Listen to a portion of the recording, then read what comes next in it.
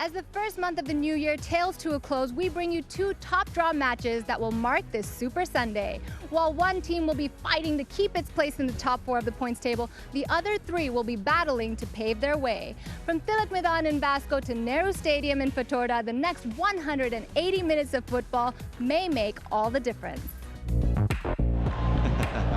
Let's get it on. It's a Super Sunday because there's another cracker. Waking up with the sun, gotta go and get it done. Yeah, head on a mission, can't finish till I won. I ain't got a time, throw my head in a bun. Don't care what they say, I'ma get what I want. That's when I come up blood. Going out season and day, every day in the sun and the snow and the rain. I will never give up. I will never quit. If you ain't got no get up, how you gonna win? I will never stop. I will never stop. I will never stop.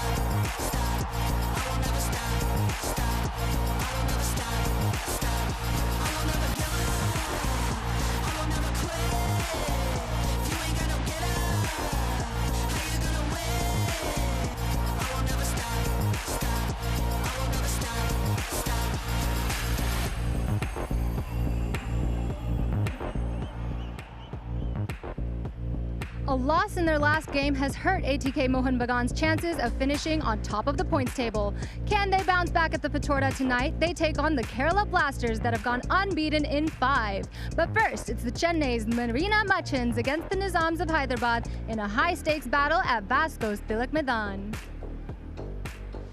Hello and welcome to Football United Live. We're here gearing up for the first match of our doubleheader Super Sunday, Hyderabad FC versus Chennai FC, along with our usual suspects, Darren Caldreira and Paul Masefield. Paul, quite a promising Super Sunday ahead of us, isn't it? I think it's a little bit more than that, I really do, because I think that the league table could look so different a little bit later on. We do know that ATK Mohun Bagan, they've got that big game coming up against Kerala Blasters. Kerala Blasters will want to keep themselves in the mix, so 3 points for them in the run they've been on will help them. ATK Mohun Bagan will want to keep on the coattails of Mumbai, so it's a big game for them. But you just look at where we are with Hyderabad and Chennai here. We can have a team going into 3rd place, which would really boost Hyderabad, who have had a fantastic start to this calendar year.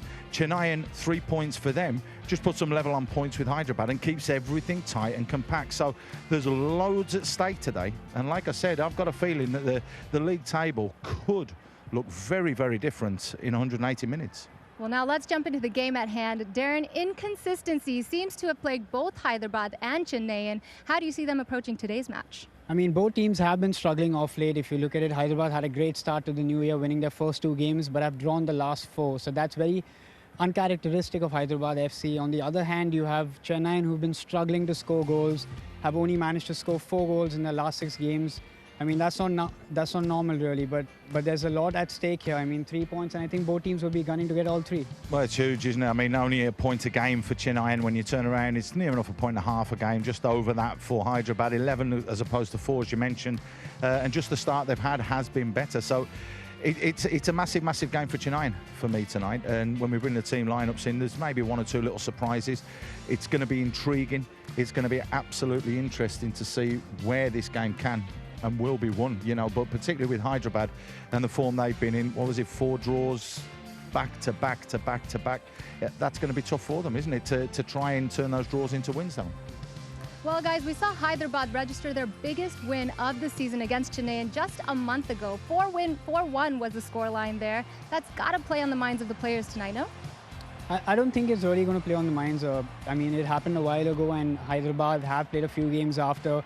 It's a new day and a new game again. I mean, but if for Chennai, though, like if I were a Chennai player, you remember these things, Mace, as a player. You know, when you've gotten, conceded 4 goals, you want to seek vengeance sometimes. Yeah, you do. But I don't know if that will happen today. I'm really not 100% sure, because it's a slightly different Chennai side that is playing today. They're going to be tough mentally. They know what they've got to do. They've been prepping and working for that. And as for Hyderabad, like I said, they've got to turn those draws into wins. So a bit of pressure on both coaches today to go out there, give us an entertaining game and earn 3 points. Well, we actually got to speak with both of those coaches. Let's hear from them now. It's a crucial moment for all the teams. We are in the fight. We are very happy with our performance, but of course, we want more.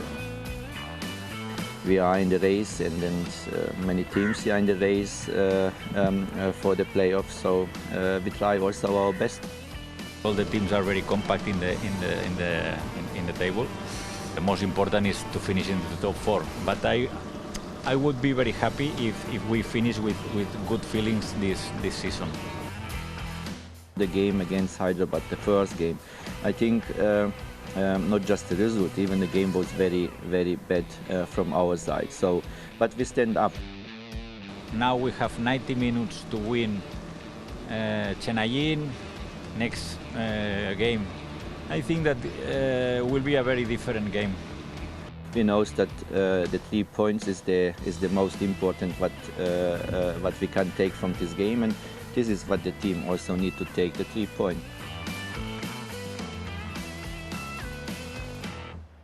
Let's now take a look at Hyderabad's starting 11. Darren, how does Manuel Marquez position his men tonight? Manuel Marquez is somebody who doesn't make too many changes, but makes 2 of them tonight. Kati Mani keeps his place in goal, and you've got the tried and tested defense. You'd want O'Day there to marshal his troops pretty much. The midfield, you've got Yasir who's come in there, which is a surprise for me because Holi Charan has been in fine form. And Sandaza for his first start again with Aridane up front. I mean, Sandaza did look lively when he came on the last game, and he did get that all-important equaliser. He did, but I think Yasir's in the side as well to be able to deliver the quality into Sandaza. I mean, as a goal scorer, you have to be in the right place at the right time. Sandaza was. For me, the big thing for them is that tweak and a slight change in the formation, which is why Yasir's been shooting there onto that right-hand side. Liston's gone across to the left to be able to deliver that quality. So you know that that's coming. With Aridane in there, he's likely to get in on the end of things and, you know, get the ball in the back of the net. What is it? 6 goals so far this season have been here at the Tilak Maiden Stadium. So he knows where the back of the net is here. If they get the balls into him, he'll score. He'll score. And with Sandaza there, they can go a little bit more direct now. And you will see Sandaza playing off Aridane, and you'll see Aridane playing off Sandaza. So it's a big tweak in tactics, actually, in a formation that's been put out by Marquez.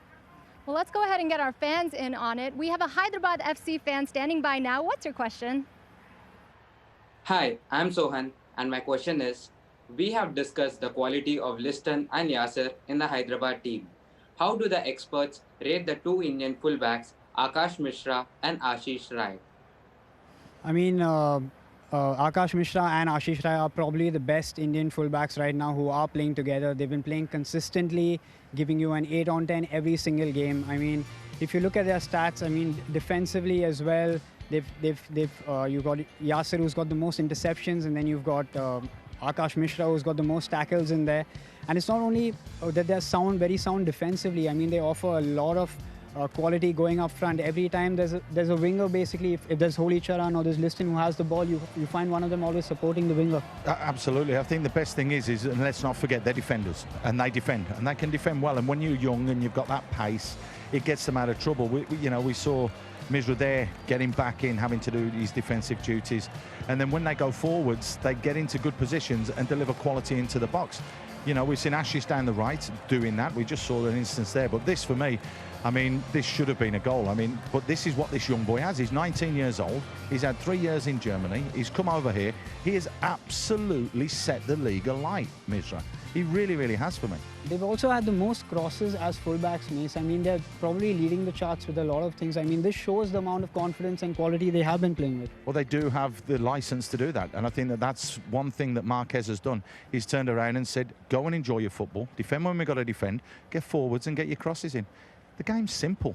It really, really is, to an extent. But I do like the boy Misra. I do like him.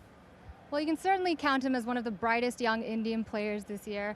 Now, speaking of Akash Mishra, Neha actually got to catch up with him pitch side not too long ago. Let's hear from him now.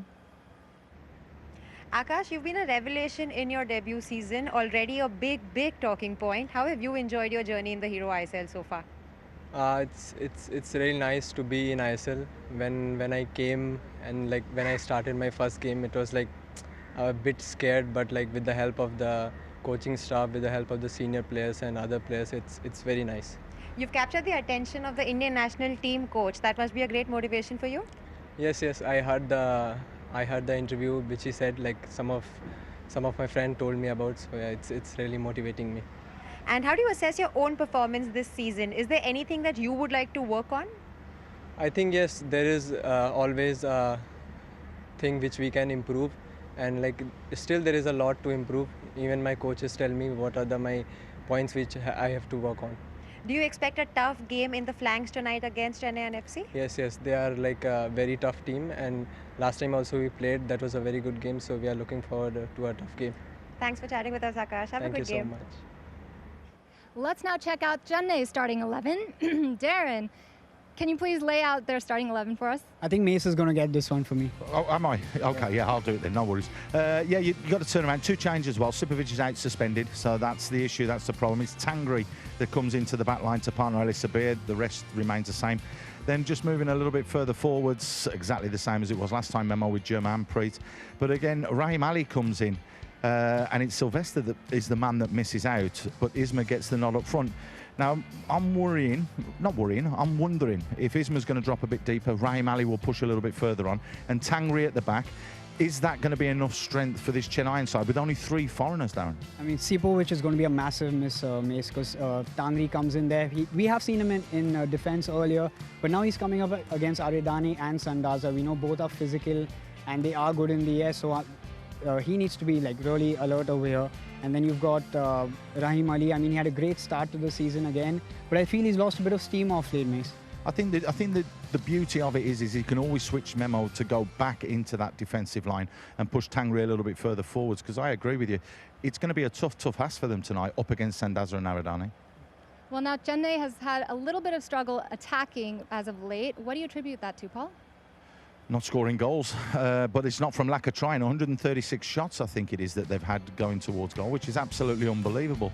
It's the lowest percentage conversion rate that we've seen so far this season, which just isn't good enough. I mean, you look at Sylvester, you've got to turn around, you've got to look at Isma, and you've got to look at Changti. Changti was banging the goals in for fun last year, and he's created a lot of opportunities. Ismail was injured for 4 games, but Sylvester was brought in as the main man.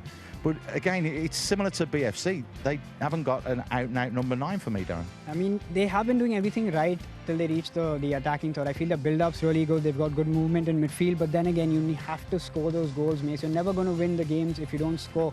And that's what's been troubling them and letting them down of late. I think the missing as well, Criviano, the man that can pull those strings. So that hasn't helped them. But obviously, Lanza has arrived. He's out of quarantine this morning. I'm actually personally surprised that he's not featuring in some way, shape or form, because the season's nearly gone by. But, you know, I mean, we'll obviously see him in the next game, but they do need that creative player as well. I mean, Lanza, what we've been hearing is he's just got out of quarantine this morning. So, again, we don't know how fit he is. I would have expected him to be on the bench at least, you know, come on in the second half and you know, do something basically. But then they don't have him and they need to figure out how they get a win tonight.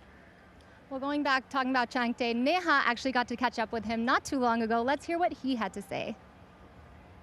Hi, Changte. You guys are coming off a 5-day break. How geared up is the team going into this game?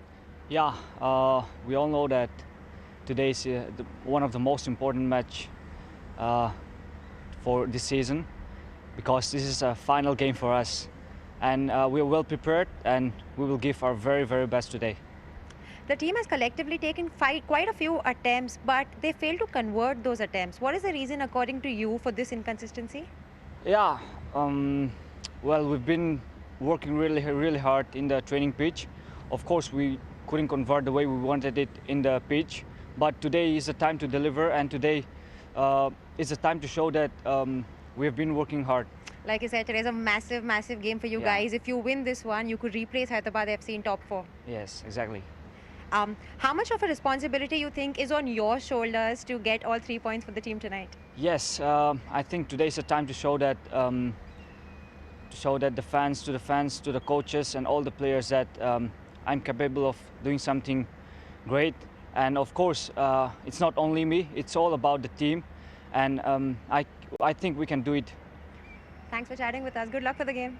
Thank you so much. Clearly tons of action lined up for tonight. Paul, what should we be watching out for? Well, it's not set plays for a change, but it should be Darren's. It should be Darren's jacket because it's rather fetching and rather colourful. I've got to be quite honest about that. No, I think. Wait, hold on. I think that's pretty rich coming from you, Mace, considering you wore like a brown slash burnt was orange Yeah, but that was slash suit day. not, You didn't not get the message. acceptable on live TV suit, basically. Yeah. No, the thing to watch out for tonight, it's going to be a game of two halves. It really is, because you turn around 7-11. It is basically that Chennai have scored in the first half, so they start like a house on fire, which is obviously promising and very, very good for them. And we all know about Hyderabad in the second 45 minutes, Darren. I mean, exactly. It is a game of two halves. You see Chennai are always on the front foot in the first half and kind of lose a bit of steam in the second. And then there's Hyderabad, who are like on fire. I mean, the last time around against BFC, they got the 2 goals. They could have probably got a third. But I guess I think they'll want to start the first half as well as good as the second half, like they did the last time. Paul, do we have any X factors for tonight? Chianese, I was surprised that he wasn't starting, if I'm being honest, because that is someone with pace, someone with ability, someone who can run at players, someone who can be very, very dangerous. But he, coming off the bench, could really work in favour of Hyderabad if they need that injection in this 90 minutes. I mean, I really like the way Chianese plays, the way he drops into midfield and sometimes he runs behind the defence. And I really do hope he scores tonight. We've been hoping that for the last couple of weeks, Mace, because you've really been wanting to do his goal celebration. All right, quick scoreline predictions. Darren? Since we don't have Lanza in the lineup, I think I'm slightly tilting towards Hyderabad for a 2-0 win. Paul? On paper, Hyderabad. All right, well, there you have it, folks. We have Hyderabad FC versus Chennai FC coming up after a break. Stay tuned.